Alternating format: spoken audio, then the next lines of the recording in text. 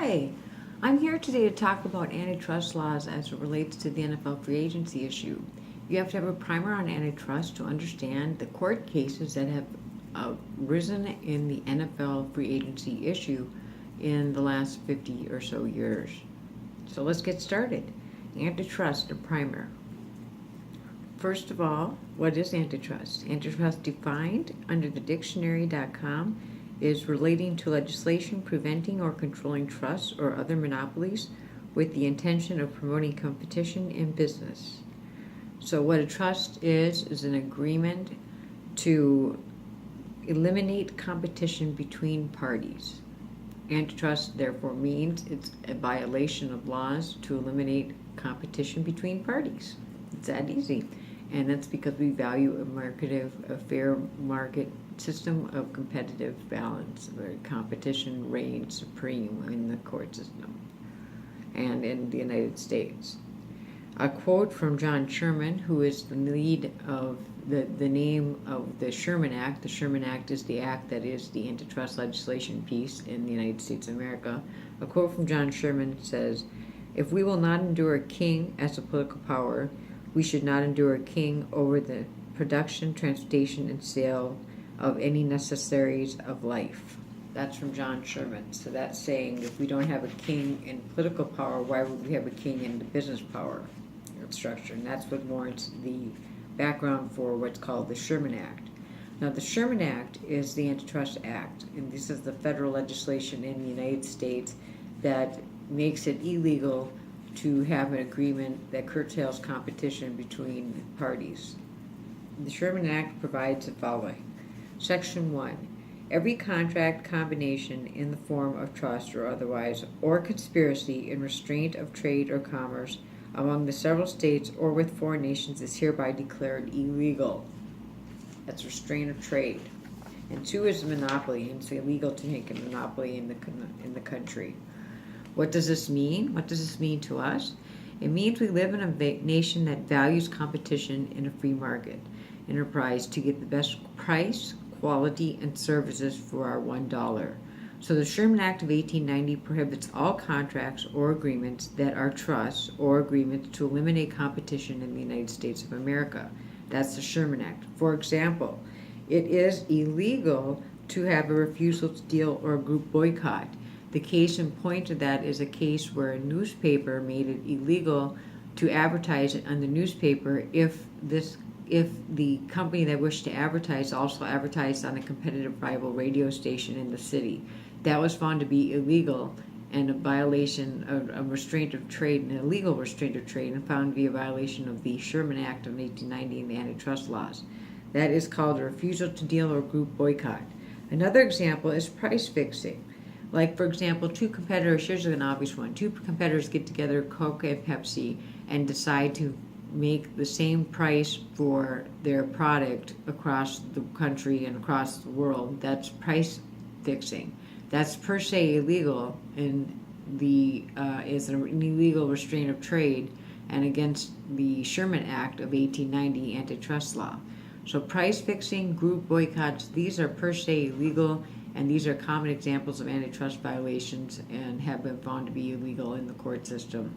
Another one is cigarette companies getting together and all forming a uniform price for cigarettes. That's called an illegal restraint of trade, and that's in violation of the Sherman Act.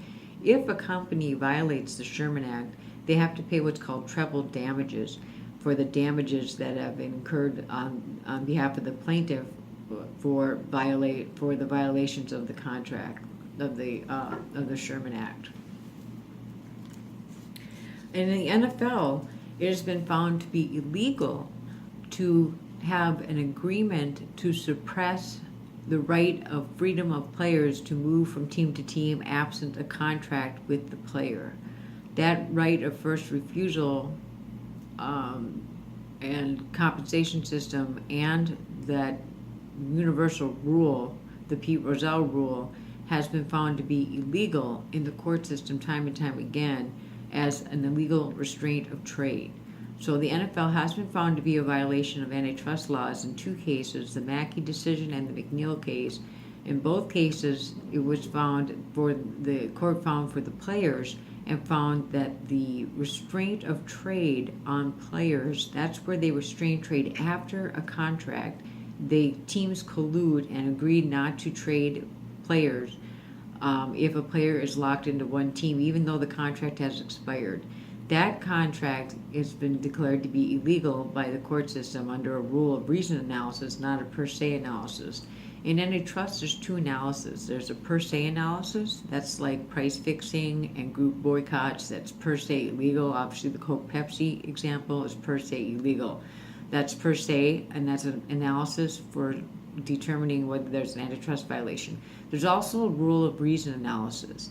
That is where you determine the reasonableness of the rule based on the legislative history of the antitrust laws, and you determine whether the spirit of the law is met or not. For example, partnerships are illegal restraints of trade because they curtail competition, but they have been found to be reasonable in the court system and therefore do exist, even though they're a technical violation of antitrust laws, because they do reasonably encourage competition, which is the spirit of the law. That's the partnership exception. The rule of reason is applied in the N.F.L., even though there's a direct group boycott that's pretty obvious, because the N.F.L. is such a novel and is such a novel and different industry from typical business.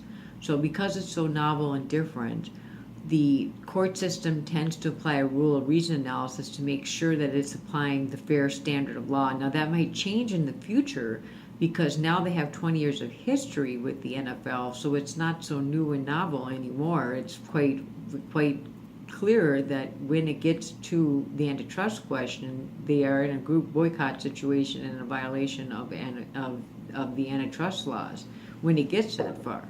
But what you'll learn is through labor laws, the N.F.L. has been protected. That comes up in the labor law seminar that follows this one.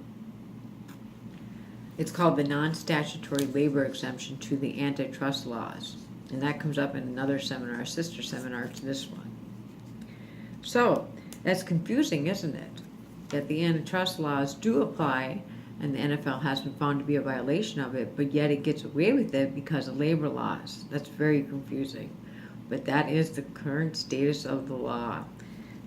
In conclusion, what seems cut and dry is really messy in application. That's the antitrust laws. They're cut and dry that if an agreement curtails competition, it's found to be a violation of the law, illegal restraint of trade, and it is and the court is able to suppress the action that causes the state of illegality or file for damages and charge the company or actually arrest the people if it's found to be a criminal violation.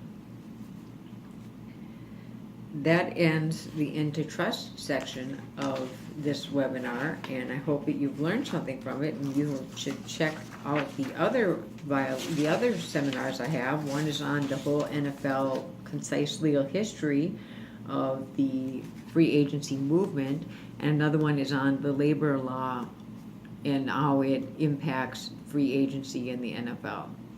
Thank you for watching. Have a great day. Goodbye.